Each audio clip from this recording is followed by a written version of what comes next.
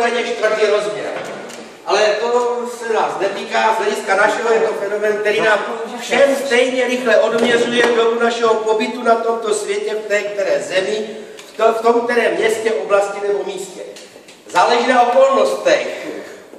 A stejný čas někomu utíká, jinému se vleče. Někdo ho dobře využije, jiný ho promarní.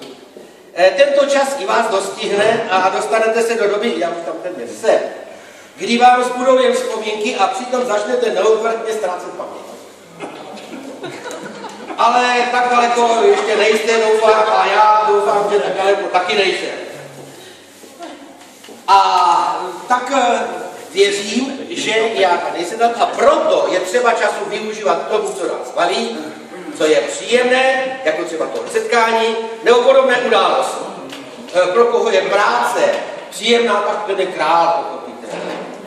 A proto čas dobře využívejme, jinak budeme později litovat, že nás sviňačas zaskočil a že na všechny blbosti je pozdě. A proto všichni na zdraví.